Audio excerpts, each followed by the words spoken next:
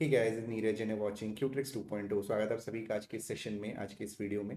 तो आज है यूटेट की बेसिक मैथ्स का डे 4 यानी चौथा दिन है आज। और इस दिन में हम लोग इसमें हम लोग पीवाईक्यूज कर रहे हैं। जो पिछले वर्षों के पीवाईक्यू हैं, प्रीवियस ईयर क्वेश्चन हैं, वो कर रहे हैं। और अभी 2014 का हम अटैम्प्ट कर रहे हैं, 2013 का हम ऑलरेडी कर चुके हैं। तो इस सीरीज को पहले कंप्लीट करेंगे, 2024 तक जितने पेपर हो चुके हैं उनको कंप्लीट करेंगे। उसके बाद हम लोग रेगुलर अपने टॉपिक वाइज पढ़ाई को स्टार्ट करेंगे। और जो बायो वाले एस्पिरेंट्स हैं उनको बहुत ज़्यादा हेल्प मिलेगी इस सीरीज से, क्योंकि 20 से 25 नंबर की मैथ्स आपकी बिल्कुल फिक्स हो जाएगी इसमें। ठीक है ना, आप बहुत अच्छा स्कोर कर पाओगे। तो चलिए शुरू करते हैं आज की क्लास, आज के पहले क्वेश्चन के साथ। इससे पहले की वीडियोस अगर आपने नहीं देखी हैं तो ऊपर आई बटन में और नीचे डिस्क्रिप्शन में पूरी प्लेलिस्ट का लिंक आपको मिल जाएगा। और आपके जैसे कि मैं हर क्लास में कहता हूँ कि यूटेट के लिए हम एक बहुत ही अच्छी प्रैक्टिस सीरीज बना रहे हैं स्टडी करके, जिससे कि उस प्रैक्टिस सीरीज से आपका सिलेक्शन हो जाए, है ना, मतलब क्वालिफाई हो जाए आपका। तो चलिए, तो जो आज का पहला क्वेश्चन है हमारा वो है, तो आपके सामने एक फिगर है, क्वेश्चन नंबर 104 है क्वेश्चन पेपर के अकॉर्डिंग। प्रदत्त चित्र में ए बी सी डी तथा पी क्यू आर एस दोनों समांतर चतुर्भुज हैं, थीटा का मान क्या होगा? In the given figure both A B C D and P Q R S are parallelogram, the value of the theta will be. ठीक है, तो देखिए थीटा आपको दिख रहा होगा, थीटा कहाँ पर है? थीटा आपका ये है, राइट। तो इसको निकालने के लिए हम क्या करेंगे? इसको निकालने के लिए हम ये वाला एंगल और ये वाला एंगल फाइंड कर लेंगे, और इन तीनों का एडिशन जो है 180 के इक्वल हो जाएगा। ठीक है, अब मैं काम करता हूँ, क्योंकि यहाँ पे आपको विजिबिलिटी जो है थोड़ा सा ये प्रॉब्लम हो सकती है कि छोटा आपको दिख रहा हो, तो मैं इंग्लिश वाले को रिमूव करके इसी वाले फिगर को बड़ा कर दे रहा हूँ, जिससे कि हमें एंगल्स को समझने में बिल्कुल भी कोई परेशानी नहीं हो। ठीक, तो अब देखिएगा एंगल आपके सामने बड़े हो गए हैं। तो अब हम क्या करेंगे, सबसे पहले, क्योंकि बोला गया है कि जो ए बी सी डी है और पी क्यू आर एस है वो दोनों ही समांतर चतुर्भुज हैं, यानी कि क्वाड्रिलेटरल हैं। तो इसका मतलब क्या है कि अगर ये 120 है तो जो ये वाला एंगल होगा ये कितना होगा? 180 में से 180, 180 में से 120 आप माइनस कर देंगे, क्योंकि प्रॉपर्टीज ऑफ पैरेलल लाइन भी यहाँ पे लग रही है। क्या? जैसे मान लीजिए ये वाली जो लाइन है, सीधी वाली लाइन ये हो गई, और नीचे वाली लाइन जो है वो ये हो गई, और ये वाली लाइन ये हो गई। तो जो इन दोनों का एडिशन होता है वो इन दोनों का जो एडिशन होता है वो 180 के बराबर होता है। तो ये वाला कैसे निकलेगा? 180 में से 120 को माइनस करेंगे, ये आ जाएगा आपका 60 डिग्री, राइट। सिमिलरली अगर ये 60 है और ये एक पैरेललोग्राम बोला गया है हमसे, समांतर चतुर्भुज बोला गया है, ठीक है ना, क्वाड्रिलेटरल बोला गया है, या तो ये आपका 60 है तो ये वाला भी आपका 60 हो जाएगा। ठीक है, ये भी आपका 60 हो जाएगा। इसकी वैल्यू कितनी हो जाएगी? 60 हो जाएगी। सिमिलरली ये 70 आपको दे रखा है, अगर ये 70 है तो ये वाला भी आपका कितना हो जाएगा? 70 डिग्री हो जाएगा। अब हमें हमारा आंसर मिल गया है 70 degree plus theta plus 60 is equal to कितना हो जाएगा आपका? 180 हो जाएगा। तो थीटा इज इक्वल टू हो जाएगा आपका 180 माइनस 7 अच्छे 13 यानी कि 130, यानी थीटा की जो वैल्यू आ जाएगी वो आ जाएगी आपकी 50 डिग्री। क्वेश्चन नंबर 104 यानी हमारा पहला क्वेश्चन का जो आंसर है वो है 50 डिग्री, ऑप्शन नंबर ए। उम्मीद करता हूं कि आपको ये क्वेश्चन समझ में आया होगा, कोई परेशानी आपको इस क्वेश्चन में नहीं होगी। बहुत बेसिक सा क्वेश्चन था। प्रॉपर्टीज ऑफ पैरेलल लाइन यहाँ पे लगेंगी। प्रॉपर्टीज ऑफ पैरेलल लाइन मैं पहले डीएलएड की क्लास में भी पढ़ा चुका हूँ, और अभी भी जब हम इस टॉपिक को कवर करेंगे तो बहुत डिटेल में आपको बताऊंगा, क्योंकि काफ़ी एक अपने आप में एक लंबा टॉपिक है। ठीक है, अगला क्वेश्चन करते हैं। अगला क्वेश्चन है, किसी निवेश पर 4% वार्षिक ब्याज की दर से प्राप्त होने वाले 2 वर्ष के साधारण ब्याज तथा चक्रवृद्धि ब्याज का अंतर 10 रुपए है। निवेश का मान क्या होगा? The difference between the simple interest and compound interest on a certain sum of money at 4% per annum for 2 years is ₹10. The sum will be। अब ये जो क्वेश्चन है ये आपका कंपाउंड इंटरेस्ट और सिंपल इंटरेस्ट के बीच के अंतर की बात की गई है, राइट। तो जब हम लोग, आप लोगों ने अगर मुझसे पहले कंपाउंड इंटरेस्ट और सिंपल इंटरेस्ट पढ़ा हुआ होगा तो उसका मैं एक बहुत बेहतरीन तरीका आपको बताता हूँ। वो क्या होता है कि लाइक एग्जाम्पल के तौर पे इस क्वेश्चन से अलग मैं एक क्वेश्चन की तरफ आपको ले जाना चाहता हूँ। मान लीजिए कि प्रिंसिपल है जो है वो आपका 10,000 रुपए है, जो रेट है आपका वो आपका 10% है, 10% है, और जो टाइम है आपका वो 2 ईयर या 3 ईयर मान लो। चलो यहाँ पे 2 ईयर है तो मैं फिलहाल 2 ईयर का बता देता हूँ। तो इसमें आपको क्या निकालना है? आपको 3 चीजें निकालनी है। एक आपको सिंपल इंटरेस्ट निकालना है, एक आपको कंपाउंड इंटरेस्ट निकालना है, और एक आपको सीआई और एसआई का डिफरेंस निकालना है। ठीक है, यानी कंपाउंड इंटरेस्ट और सिंपल इंटरेस्ट का डिफरेंस निकालना है। ठीक हो गया। तो अब हमें क्या करना होता है, जितने वर्ष हमें दिए हुए हैं उतने हमको कॉलम बनाने होते हैं, पहला कॉलम और दूसरा कॉलम। रेट है 10%, तो 1,000 का जो 10% होगा वो कितना हो जाएगा आपका? 1,000 हो जाएगा, तो ये हो जाएगा आपका 1,000, और फिर आपका हो जाएगा ये 1,000। ठीक है, तो 1,000, ये 1,000 हो गया। अब अगेन हम क्या करते हैं नेक्स्ट स्टेप में, कि जो आपका प्रिंसिपल है उसका 10% करके आपने यहाँ लिखा, जो आप यहाँ लिखेंगे यहाँ पे भी आप वही लिखेंगे।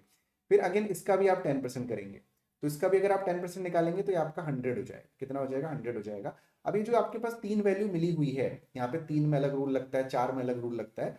तो जो 3 वैल्यू मिली हुई है इसमें एक जो पहली रो है, पहली रो का जो एडिशन होता है वो हमेशा सिंपल इंटरेस्ट होता है, और पूरा का पूरा जो एडिशन होता है वो आपका कंपाउंड इंटरेस्ट होता है। और पहली रो को छोड़ के नीचे जितनी भी रो है, जैसे यहाँ पे पहली रो को छोड़ के केवल इतना दिया हुआ है, ये आपका सी आई और एस आई का डिफरेंस होता है। ठीक है, ये आपका सी आई एस आई का डिफरेंस होता है। तो यही सेम लॉजिक हमको यहाँ पे लगाना है। यहाँ पे हम किसी भी फॉर्मूले का यूज नहीं करेंगे, हम बिल्कुल बेसिक तरीके से इस क्वेश्चन को यहाँ पे सॉल्व करने जा रहे हैं। ठीक है, तो हमारे पास प्रिंसिपल हमको कैलकुलेट करना है, रेट हमें दिया हुआ है 4% और टाइम हमें दिया हुआ है 2 years, और जो एस आई सी आई का डिफरेंस दिया हुआ है यानी सी आई माइनस एस आई दिया हुआ है वो 10 रुपए दिया हुआ है। राइट, तो 2 साल यानी पहला और दूसरा सेकेंड हो गया। राइट, 2 year का क्या मतलब है, 2 year हो गया। तो अब हमें पता है कि एस आई सी आई का डिफरेंस आपको 10 दे रखा है, मतलब यहाँ पे जो वैल्यू आई होगी ना वो 10 आई होगी। इतना अंडरस्टूड है? ठीक है, अब ये 10 कैसे आया होगा, जब यहाँ पे जो वैल्यू रही होगी उसका हमने 4% निकाला होगा तो 10 आया होगा। राइट, मान लो कि यहाँ पे कोई वैल्यू x रही होगी, तो यानी x का आपने 4% निकाला होगा तब जाके आपका 10 आया होगा। यानी x की वैल्यू कितनी हो जाएगी, 10 इंटू 100/4। ठीक है, 4 से कट जाएगा, ये आपका आ जाएगा 25, यानी 250 आ जाएगा। यानी यहाँ पे जो वैल्यू आएगी वो 250 आ जाएगी, 250 और 250। अगर किसी को क्वेश्चन को समझने में दिक्कत हो रही है तो आप प्लेलिस्ट में जाके, प्लेलिस्ट वाले सेक्शन, चैनल पे प्लेलिस्ट वाले सेक्शन में जाके कंपाउंड और सिंपल इंटरेस्ट वाला जो मेरा वीडियो है, बहुत पुराना वीडियो है, उसको एक बार जरूर पढ़िएगा। पूरी उसमें 4 या 5 क्लासेस हैं पूरी प्लेलिस्ट में, उसको आप पूरा पढ़िएगा, आपको ये सारी चीजें क्लियर हो जाएंगी। ठीक है ना, तो ये 250 आ गया, तो 250 का हमने 4% किया होगा तो हमारा 10 आया। उसी तरह प्रिंसिपल का हम लोगों ने 4% किया होगा तो आपका 250 आएगा। राइट, प्रिंसिपल का 4% यानी प्रिंसिपल को P मान लीजिए, तो P का आपने 4% निकाला होगा तो आपका 250 आया होगा। और तो P की वैल्यू कितनी हो जाएगी, 250 इंटू 100/4। तो 4 से आप इसको कट करेंगे तो ये 25 आ जाएगा, 25 गुणा 25 आपका होता है 625, जीरो एडिशनल, आंसर हो जाएगा डी ऑप्शन 6250। अगर इस क्वेश्चन को आप फॉर्मूले से करते हैं कि भाई सी आई का फॉर्मूला आप लगाओगे, फिर एस आई का एक फॉर्मूला लगाओगे, तो बहुत कॉम्प्लिकेटेड हो जाएगा। एग्जाम में आपके पास उतना समय नहीं होता है कि आप जो है फॉर्मूला लगाएं और फिर क्वेश्चन को सॉल्व करें। ठीक है, चलिए बढ़ते हैं आज के अगले क्वेश्चन की तरफ, जो है हमारा एक बहुत अच्छा क्वेश्चन है। ये आपका टाइम एंड वर्क से मैं इस क्वेश्चन को कह सकता हूं। एक्स वाई से 2 गुना तेज दौड़ता है और वाई जेड से 3 गुना तेज दौड़ता है। जेड द्वारा 72 मिनट में तय की गई दूरी को एक्स कितने समय में तय करेगा। ठीक है, तो बेसिकली हमारे पास 3 लोग हैं, एक हमारे पास एक्स है, एक हमारे पास वाई है और एक हमारे पास जेड है। तो अगर हम ध्यान से देखते हैं ना, तो देखो x runs twice as fast as y and y runs thrice as fast as z। x y से 2 गुना दौड़ता है और y z से 3 गुना दौड़ता है। तो मतलब सारा का सारा कंपैरिजन z से किया गया है ना, सारा का सारा कंपैरिजन z से किया गया है। तो हम मान लेते हैं कि z जो है, z हम 1 एज्यूम कर लेते हैं, तो y z से 3 गुना यानी y को 3 एज्यूम कर लेते हैं इफिशियंसी, और x y से 2 गुना यानी इसको 6 एज्यूम कर लेते हैं एफिशिएंसी। ठीक है, अब मैंने टाइम एंड वर्क में ये पढ़ा रखा है आपको बहुत अच्छे से, 6 3 1 ये आपका हो जाएगा। ठीक है, तो ये हमारी एफिशिएंसी हो गई। और क्या बोला गया है कि जो z है उसको 72 मिनट लगते हैं, यानी z की जो टोटल एक्चुअल वैल्यू है 72 है। यहाँ पे जो आपका टोटल वर्क हो जाएगा वो हो जाएगा 72 इंटू 1 दैट इज 72। आपसे पूछा गया है कि x को कितना समय लगेगा, x की एफिशिएंसी 6 है, टोटल वर्क 72 है, तो 72 को अगर आप 6 से डिवाइड कर देंगे तो 6 1 जा 6 और 6 2 जा 12, यानी 12 मिनट यहाँ पे आपका आंसर होगा। फिर से मैं रिकमेंड करूंगा कि जो टाइम एंड वर्क वाली सीरीज है हमारी उसको एक बार आप जरूर देखें, है ना। जितने भी टॉपिक हैं वो सारे के सारे मैंने टॉपिक वाइज क्लास में यूट्यूब चैनल पे करा रखे काफी पहले, उससे आपको समझ में बहुत इजीली आ जाए। ठीक है, बढ़ते हैं अगले क्वेश्चन की तरफ। तो जो नेक्स्ट क्वेश्चन है हमारा वो क्या है, तो जो नेक्स्ट क्वेश्चन है हमारा वो है, प्रदत्त पाई चार्ट किसी परीक्षा में एक विद्यार्थी द्वारा विभिन्न विषयों में प्राप्त किए गए अंकों को दर्शाता है। यदि विद्यार्थी के कुल प्राप्तांक 648 हो तो अंग्रेजी, विज्ञान व सामाजिक विज्ञान के कुल प्राप्तांक हिंदी व गणित के कुल प्राप्तांकों से कितने अधिक हैं। राइट, ये आपसे पूछा जा रहा है। तो आप क्या करेंगे, देखो सबसे पहली बात जो वैल्यू ने दे रखी है ना, वो आपको सबसे पहले देखना है कि भाई वैल्यू मुझे परसेंटेज में दे रखी है, डिग्री में दे रखी है। यहाँ पे जो वैल्यू है वो डिग्री में दे रखी है। अगर वैल्यू आपको परसेंटेज में दी जाएगी तो आपका जो ओवरऑल जो फाइनल वैल्यू होगा, जो मैक्सिमम अमाउंट होगा वो 100% होगा। और अगर वैल्यू आपको डिग्री में दी जाएगी तो जो आपका मैक्सिमम अमाउंट होगा वो 360 डिग्री होगा। इस चीज का आपको ध्यान रखना है, क्वेश्चन पूरा आपका इजीली सॉल्व हो जाएगा। तो क्वेश्चन में आपसे क्या कहा गया है कि अंग्रेजी, विज्ञान और सामाजिक विज्ञान, तो अंग्रेजी कहाँ है, ये हो गया, विज्ञान ये हो गया, सामाजिक विज्ञान आपका ये हो गया। ठीक है, 8 और 6 14, इसको आप ऐड करेंगे यानी 55 प्लस 80 और प्लस का 60। राइट, तो ये आपका क्या जाएगा 5, 8 और 6 14, 15 16 17 18 और 19, यानी कितना हो जाएगा 195। ठीक है, 195 हो गया। आप इसको ऐसे भी जोड़ सकते थे, 6 5 11, 195 आपका ये आ गया डिग्री। ठीक हो गया, ये आपका क्या आ गया, पहले तीन हो गए। दूसरे के तीन क्या है, फिर क्या कह रहे हैं आपसे, हिंदी और गणित। तो हिंदी में कितने 75 है और गणित में कितने हैं 90 हैं। ठीक हो गया, ये हो जाएगा 5 9 और 7 16, यानी हो जाएगा आपका 165। क्या बोला गया है, कितना अधिक है। तो भाई अगर आप 195 में से 165 को माइनस करेंगे तो 30 डिग्री अधिक आएगा। ध्यान रखिएगा 30 डिग्री। अभी हमें इसको सॉल्व भी करना है, राइट। 30 डिग्री एक्स्ट्रा आया है। तो कुल प्राप्तांक कितने हैं आपके 648 हैं, राइट। यानी कि 360 डिग्री की जो वैल्यू है वो आपकी कितनी है 648 आपको दे रखी है। आपको 30 डिग्री का मान बताना है, जो हो जाएगा आपका 648 अपॉन 360 इंटू 30। 0 से 0 हमने कैंसिल कर दिया, 3 1 जा 3, 3 2 जा 6, 12 से इसको कट करेंगे तो हो जाएगा आपका 12 5 जा 60 और 12 4 जा 48, यानी 54 डिग्री आपका आंसर, 54 आपका आंसर होगा। That is option number B. कई बार हमसे गलती क्या होती है कि भाई 30 डिग्री आ गया तो सीधे 30 पे टिक करके आ गए। ऐसा नहीं करना है, क्वेश्चन को पहले ध्यान से पढ़ लेना है कि वो आपसे पूछ क्या रहा है ना। ये जो 30 ऑप्शन डी में दिया हुआ है ये केवल और केवल आपको कंफ्यूज करने के लिए दिया गया है। ठीक है, बढ़ते हैं अगले क्वेश्चन की तरफ। तो जो हमारा अगला क्वेश्चन है वो है एन प्रेक्षणों का माध्य एम है। यदि प्रत्येक प्रेक्षण में M square minus M plus 1 जोड़ दिया जाए तो नए माध्य का मान होगा। The mean of n observations is m. If m square minus m plus 1 is added to each observation, what will be the value of new mean? Right. तो अब देखिए ध्यान से, n प्रेक्षणों का माध्य m है, यानी कि जो n ऑब्जर्वेशन है हम क्या करते हैं, सम ऑफ ऑब्जर्वेशन करते हैं यहाँ पर, अपॉन n करते हैं, तो जो हमारा एवरेज आया वो m आया, राइट। यानी जो टोटल सम हो जाएगा, जो टोटल योग हो जाएगा सबका, वो कितना हो जाएगा n इंटू एम, nm हो जाएगा टोटल योग। क्लियर हो गया ये चीज। अब वो कह रहा है कि अगर हर संख्या में M square minus M plus 1 जोड़ दिया जाए तो भाई एक टोटल नंबर कितने n है, तो n में आप इसको मल्टीप्लाई कर दो, N M square minus N M plus का 1, यानी इस पर हमने n से मल्टीप्लाई कर दिया क्योंकि टोटल तो n है। एक में अगर ये जुड़ेगा, एक में अगर ये जुड़ेगा तो सब में अगर जुड़ जाएगा, तो n में जुड़ेगा तो n से मल्टीप्लाई कर देंगे। समझने के तौर पे मान लीजिए टोटल 50 लोग हैं, राइट। तो एक में हम लोग 10 एक्स्ट्रा जोड़ रहे हैं, तो क्या करेंगे सबके लिए 50 इंटू 50 कर देंगे, सिंपल यही तो करेंगे। तो वही मैंने किया, 50 की जगह पे n है और इस 50 की जगह पे M square minus M plus 1 है। तो ये हो गया आपका सम, राइट। अब क्या करना है, added to each observation what will be the value of new mean, जो नया मीन होगा उसका आपसे पूछा गया है। तो अब आप ध्यान देंगे कि ये नया ये हो गया, इसमें आप पुराना ऐड करोगे जो nm है, क्योंकि इसी में जोड़ा गया है nm पुराना, और अपॉन क्या करोगे n से डिवाइड करोगे, तो nm से nm कैंसिल आउट हो गया आपका। तो ये हो जाएगा N M square plus 1 plus N, sorry plus 1 में आप n का मल्टीप्लाई करेंगे तो यहाँ पे n आएगा, अपॉन का n हो जाएगा।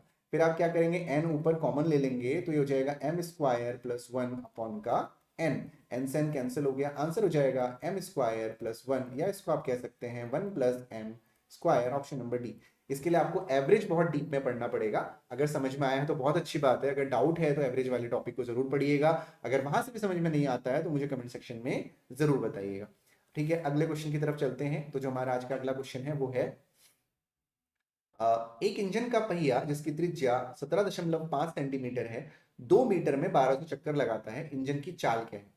The wheel of an engine 17.5 centimetre in radius makes 1200 revolution in 2 minutes, speed of the engine is. ठीक है, ध्यान देना, ठीक है, बहुत अच्छे से ध्यान दीजिएगा क्योंकि थोड़ा सा डिफिकल्ट क्वेश्चन आपके लिए हो सकता है। सबसे पहले जो पहिया है उसका जो रेडियस यानी त्रिज्या आपको दे रखी है वो दे रखी है 17.5 सेंटीमीटर, 17.5 सेंटीमीटर आपको दे रखा है। ठीक हो गया।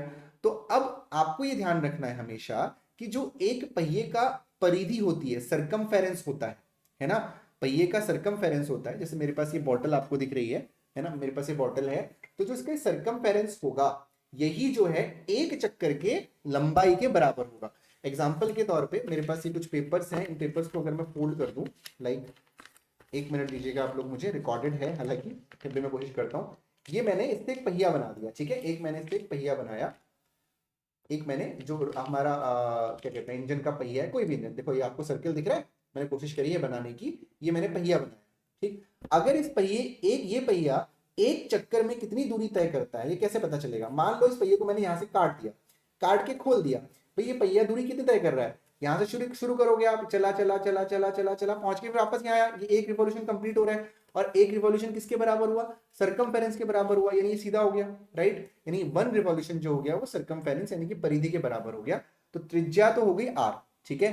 तो अब एक रिवॉल्यूशन यानी एक बार जो घूम रहा है वो कितना घूम रहा है, वो कैसे निकालेंगे हम, क्या होता है 2 पाई यानी कि 22/7, और r होता है आपका 17.5 आपको यहाँ पे गिवन, ठीक हो गया।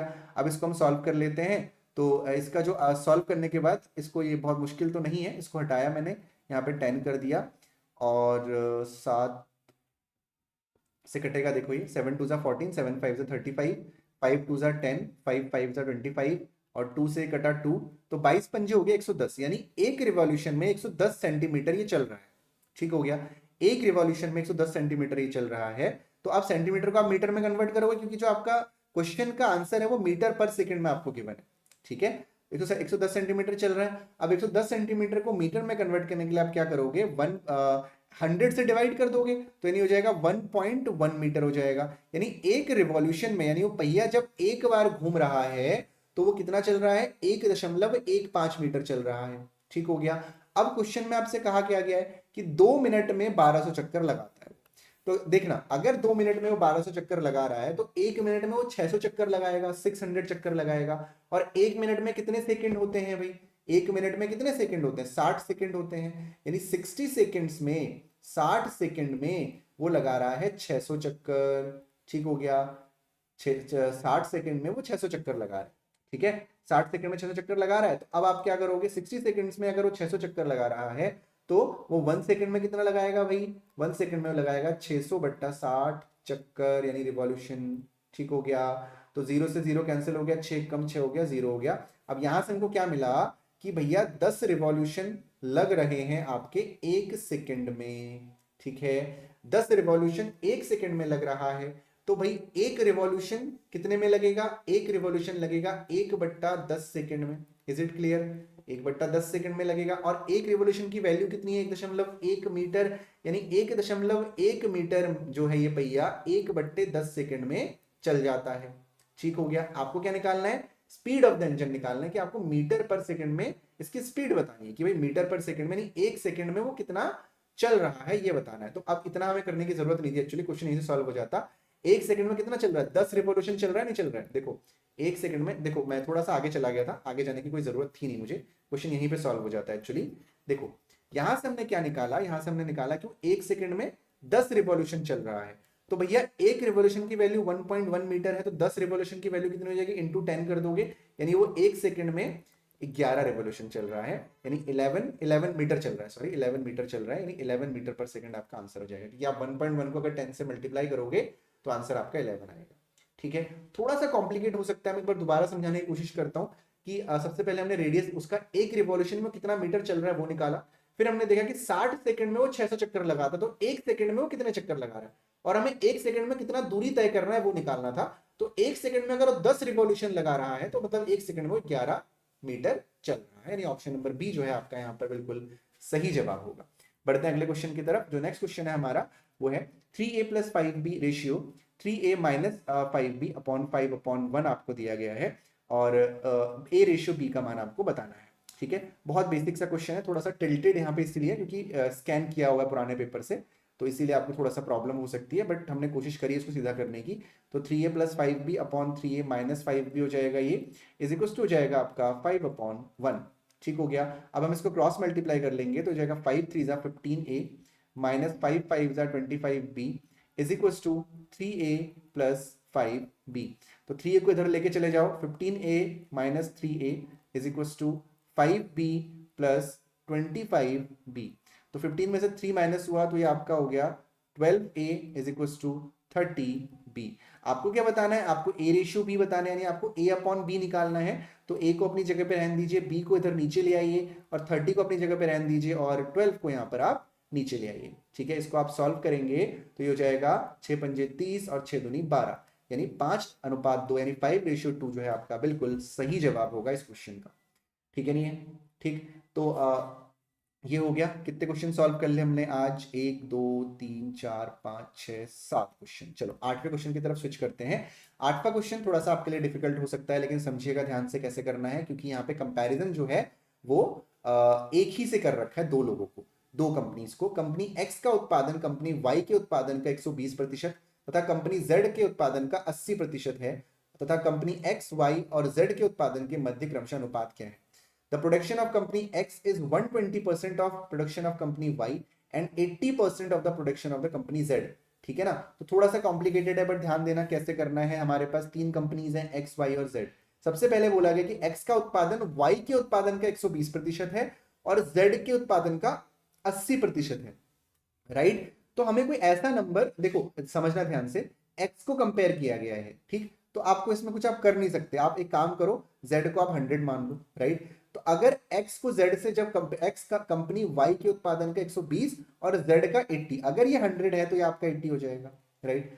और क्या बोला गया है आपसे? आपसे बोला गया है कि कंपनी Y के उत्पादन का 120 है, यानी Y का उत्पादन जो भी रहा होगा, अगर उसका मैं 120% निकालूंगा तो मेरा X आ जाना चाहिए, यानी 80 आ जाना चाहिए। तो जो Y की वैल्यू होगी वो हो जाएगी 80 इंटू 100 अपॉन 120। 0 से 0 कैंसिल हो गया, 4 2 ज़ा 8, 4 3 ज़ा 12, ठीक हो गया। तो ये आपका आ जाएगा Y की वैल्यू 200 अपॉन 3, राइट? अब यहाँ पे हमको इसको बैलेंस करना पड़ेगा। तो बैलेंस करने का मतलब ये है कि हमें एलसीएम लेना पड़ेगा। एलसीएम हो गया आपका 3, राइट? तो 3 8 ज़ा 24, ये हो जाएगा आपका 240, ये आपका 200 ही रहेगा, और ये आपका हो जाएगा 300। इसको हमें रिड्यूस करना है तो पहले एक जीरो हटा देंगे सब जगह से, 24 20, और ये आपका हो जाएगा 30, राइट? तो 24 20 और 30, मुझे लगता है कि ये 4 से कट रहा है क्या? 4 से 2 से कटेगा, तो 12 ज़ा 10 और 15, यानी आंसर हो जाएगा आपका option number D, that is 12:10:15 is the right answer. Option number D आपका बिल्कुल सही जवाब है। क्लियर हो गया सभी को? अगला क्वेश्चन की तरफ स्विच करते हैं। अगला क्वेश्चन है हमारा, प्रेक्षणों 6 6 9 14 8 9 9 8 की माध्यिका व बहुलक का माध्य है। The mean of the median and the mode of the observation is. अब इसमें से हमको सबसे पहले ये पता होना चाहिए कि भैया मीन क्या होता है, मोड क्या होता है और मीडियन क्या होता है। तो सबसे पहले मीन होता है आपका एवरेज, यानी सभी को जोड़ के आपको डिवाइड उतने नंबरों से करना होता है। आपको यहाँ पे मीन बताना है, यानी एवरेज बताना है, यानी माध्य बताना है, किसका? इस श्रेणी की माध्यिका का। तो माध्यिका का क्या मतलब होता है कि जितने भी आपको नंबर्स दिए हुए हैं उन सबको आप पहले आरोही क्रम में, यानी असेंडिंग ऑर्डर में लगाएंगे। तो असेंडिंग ऑर्डर में लगाने के लिए सबसे पहले मुझे दिया हुआ है क्या? 6 मुझे दो बार दिया हुआ है, यानी 6 हो गया, 6 हो गया, फिर 8 हो गया, फिर 8 हो गया, फिर आपका 9 9 9 तीन बार है यहाँ पर, राइट? एंड देन आपका 14 हो गया। एक बार क्रॉस चेक कर लेते हैं, 1 2 3 4 5 6 7 8, 1 2 3 4 5 6 7 8, 8 नंबर हो गए। अब इसका बीच का नंबर कैसे निकलेगा? 4 इधर 4 इधर, तो बड़ा मुश्किल सवाल है। तो 8 प्लस 9 अपॉन 2 अगर हम करेंगे तो हमारा माध्यिका यानी मीडियन आ जाएगा, यानी बीच वाला नंबर आ जाएगा। तो 9 8 17/2 हो जाएगा, तो ये आपका हो जाएगा 8 दूनी 16, यानी 8.5 आपका ये हो जाएगा। यानी कि जो मीडियन है, जो माध्यिका है, वो आ गई 8.5।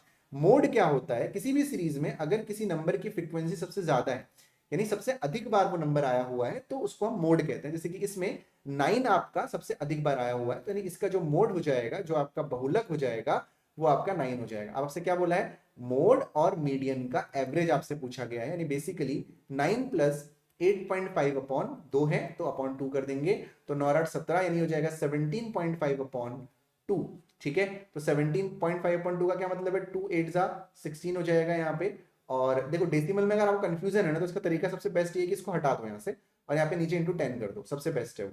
2 8 ज़ा 16 हो गया, और एक 17 हो गया, 2 7 14 हो गया, और 2 7 ज़ा 14 हो गया, राइट? और 2 5 ज़ा 10 हो गया डेसिमल के बाद, और अपॉन में 10 है, तो ये आपका क्या हो जाएगा? 87.5 अपॉन 10 को आप लिख सकते हैं 8.75, यानी ऑप्शन नंबर सी के साथ हम लोग जाएंगे, और ये हमारा बिल्कुल सही जवाब होगा। तो आज की क्लास को मैं यहीं पे समाप्त कर रहा हूँ, ठीक है? आज की क्लास में मैंने 9 क्वेश्चन किए हैं, ऐसे छोटे छोटे क्वेश्चंस, मतलब लगभग 20 से 22 मिनट की ये क्लास रही होगी। अभी मैं रिकॉर्डेड फॉर्म में इसलिए ही डाल रहा हूँ क्योंकि आपका टाइम कंजम्पशन ज़्यादा ना हो। जैसे जैसे पेपर नज़दीक आएगा हम लोग क्लासेस लाइव भी लेंगे। हालांकि रिकॉर्डेड से ही आपको बहुत ज़्यादा हेल्प मिल जाएगी। जल्दी से जल्दी प्रीवियस ईयर पेपर खत्म करने के बाद हम लोग कोशिश करेंगे कि हम टॉपिक वाइज चीज़ों को पढ़ें। और यूटेट के लिए हम प्रैक्टिस सीरीज बना रहे हैं, जल्दी आपको प्रैक्टिस सीरीज मिलेगी, विद इन जनवरी के अंदर अंदर आपको मिल जाएगा, क्योंकि आपका पेपर मोस्ट प्रोबेबली मार्च अप्रैल में होगा। तो प्रैक्टिस सीरीज आप जरूर लें, और उस समय जब भी आप लेंगे तो आपको बहुत फायदा मिलेगा उससे, ठीक है? आज की क्लास में इतना ही, मिलते हैं आप लोगों से कल फिर एक और क्लास में यूटेट सेकंड की मैथ्स की। और तब तक के लिए अपना ध्यान रखिए, bye bye and take care.